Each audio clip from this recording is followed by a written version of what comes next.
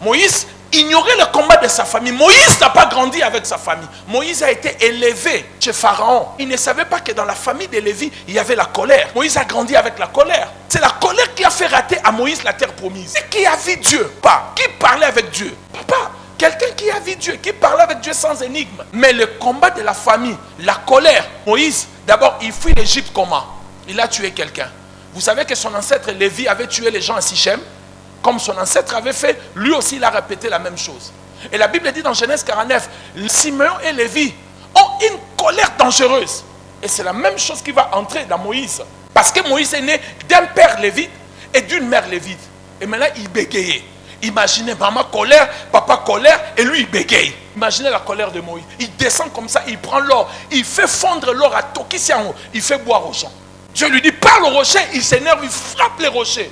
Dieu a dit non, cet homme-là avec sa colère, sa course doit s'arrêter là. Parce qu'il ne connaissait pas le combat. Il a vécu chez Pharaon et il ne savait pas que dans notre sang, les gens finissent mal à cause de la colère. Ta mère est restée seule à cause de la colère. Toi aussi tu vas, s'il ne veut pas, c'est ça le combat de la famille. Les choses qui reviennent, il faut que ça s'arrête. Refusez cela. Refusez ce genre de combat. Le mensonge. Il y a des familles comme ça. Il y a des familles, il y a l'inceste. Parce qu'on ne dit pas des choses. Parce que les gens ont honte de dire ce qui se passe dans leur famille. Judas a commis l'inceste. Il a couché avec sa belle-fille. Ça est revenu dans David. Les enfants de David. Amnon et Tamar. Il y a eu l'inceste. Il a violé sa propre sœur. Et quand il a fini de violer, il n'a pas seulement violé, déviergé sa sœur. Et puis il dit allez, sors de ma chambre.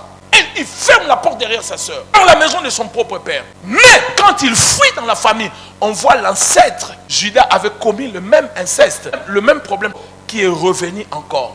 C'est pour cela, quand vous savez des choses qui se sont déjà passées dans votre famille, surveillez les enfants.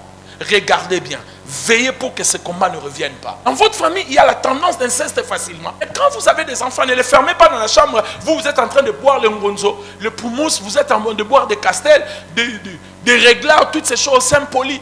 Attention, les enfants vont faire des choses là-bas. J'ai traité un cas, mon ami. Une tante avec son neveu. Ils ont commencé quand ils étaient des enfants. Ils deviennent de majeurs. Ça devient un vrai problème dans la famille parce qu'ils grandissaient dans la même famille. On les a séparés. On envoie la tante à Londres. Les neveux suivent la tante à Londres, continuent leur mariage. Deuxième cas que j'ai entendu. Les gens de la même famille, grand frère et petite soeur, couchés ensemble, ont eu 2 enfants. Leur papa, il ne croyait pas. Et vous savez comment il est mort? Parce qu'un des frères est parti en Afrique du Sud pour regarder la petite soeur. Parce qu'on ne connaissait pas son mari. On voyait seulement les enfants. Il vient comme par hasard, il trouve son frère nu dans la maison de sa petite soeur. Il a dit, dans ce qu'on entend, c'est vrai. Il vient dire à son père, le père entre dans la chambre, il n'est plus sorti. Quand vous remontez, il y a eu ce genre de problème dans la famille. Personne n'a voulu parler. C'est ça le famille africain. Au Sony, c'est la honte. On ne doit pas dire, c'est la traiter des problèmes à la racine. Traiter des problèmes dans la racine. Prenez le combat au sérieux, mon ami. Si tu connais ton combat, ce qui a arrêté la vie de ton père, il était alcoolique, ne touchez pas. Papa était alcoolique, un de vos enfants sera alcoolique. Maman était comme ça, un de vos enfants sera comme ça. Ne blaguez pas. Des fois, l'enfant lui-même ne sait pas pourquoi il boit. C'est comme ça, c'est le combat de la famille. Il aura la maladie, il va partir. Dis au nom de Jésus, je refuse le combat de la famille. Pour mes frères et mes sœurs, je refuse. Au nom de... Alléluia. On a vu une femme de patriarche. Aucune femme de patriarche a vu le mariage de un de ses enfants. Sarah est morte avant le mariage d'Isaac. Rebecca n'a pas vu le mariage de Jacob. Jacob est parti se marier chez son frère. Rachel n'a pas vu le mariage de Joseph. Et il y a des gens comme ça. Ta mère est morte, tu n'as pas vu ton mariage. Ton père mourra, ne verra pas ton mariage. Il y a des choses que tes parents ne verront pas. Comment tu as réussi, comment tu es devenu grand. Ça veut dire qu'il y a un esprit où tes parents ne doivent pas se réjouir de ta richesse et de ton bonheur.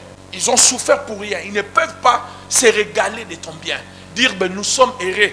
Parce que nous, on a élevé nos enfants. Regardez aux enfants. Aujourd'hui, ce que les enfants nous donnent. Dis après moi au nom de Jésus. Mes parents ne partiront pas. Ils doivent être satisfaits de moi.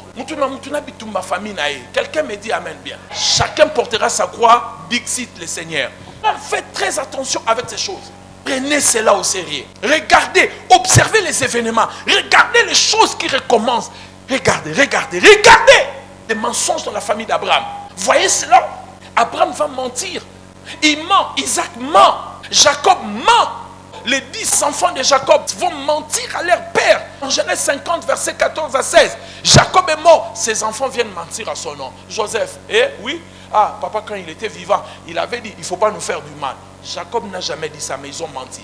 Et le pire, vous savez, Jacob a menti à son père pendant combien d'années? Vous savez combien d'années?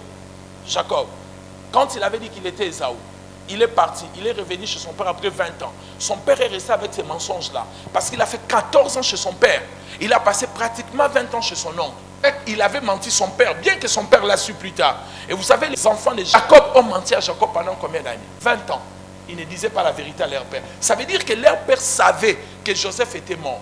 Mais Joseph était vivant. Parce que c'est au deuxième tour, quand la famine a commencé, que Jacob a su que son fils. Mais cela faisait déjà plusieurs années.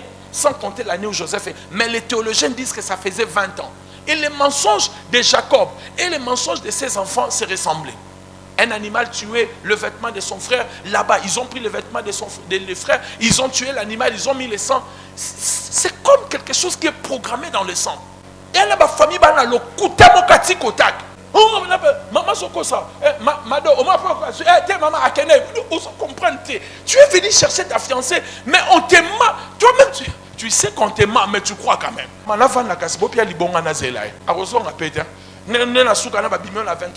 Papa, on veut fermer la porte parce qu'elle nous a appelé, elle a dit qu'elle va dormir chez. Mais maintenant, c'est moi qui est là. Pourquoi il ne m'appelle pas? Oh non, le téléphone de sa tante, quand vous n'êtes pas encore marié, si tu appelles là-bas. Ça c'est quelle famille? Frère, c'est là où tu veux mettre ta tête. Jour où tu vas pleurer.